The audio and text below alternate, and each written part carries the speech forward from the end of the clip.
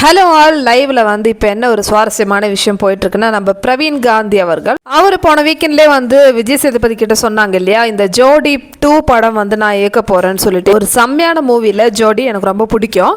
ஆனால் இவர் வந்து இப்போ ஜோடி 2ன்னு சொன்ன உடனே வந்து செம்ம ஹாப்பியாக இருந்த வாவ் எப்படி இருக்கும்னு சொல்லிட்டு. ஆனால் இப்போ ஒரு குண்டை போட்டா இருப்பாருங்க, ஐயோ இனிமேல் அந்த படம் பார்க்கவே மாட்டேன் அந்த மாதிரி இருந்தது.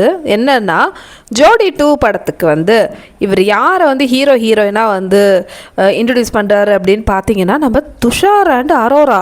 அவர் வந்து கேமராவில் இவங்க 2 பேரையும் கூப்பிட்டுட்டு சொல்கிறாரு, இது பாருங்கள் எனக்கு வந்து ஜோடி 2வோட ஹீரோயின் கிடச்சிட்டாங்க, துஷார் அண்ட் அரோரா. ஏன்னா இவளோட நடிப்பு வந்து சூப்பராக இருக்குது. அது கரெக்டு தான், ஏன்னா அரோராவோட நடிப்பு வந்து சூப்பர் இல்லை, ஏன்னா இவ்வளோ நாள் நடிச்சுட்டு தானே இருக்காங்க. அதனால் நடிப்பில் ஒன்றும் குறை சொல்ல முடியாதுங்க. ஆனால் இந்த 2 பேரை வச்சுட்டு இவர் ஜோடி 2 எடுக்கிறேன்னு சொன்னார்ல, அடப்பாவீங்களா, உங்களுக்கு வேறு யாருமே கிடைக்கலையா இந்த படத்துக்கு? இவர் வந்து சொல்கிறாரு, நான் பிரசாந்த் சார்கிட்ட பேசிட்டு நான் இவங்களை வந்து டிசைட் பண்ணுவேன். ஏன்னா அரோரா வந்து துஷார் இல்லாத டைமில் வந்து ஒரு ஏக்கம் அந்த மாதிரிலாம் வந்து நடித்தாங்க.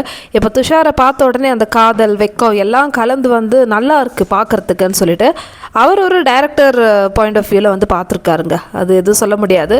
ஆனால் எந்த ப்ரொடியூசர் ஒத்துப்பாங்க? ஜோடிலாம் வந்து என்ன மாதிரி செம்ம ஹிட்டான ஒரு படம், ஒரு எவர்கிரீன் மூவி.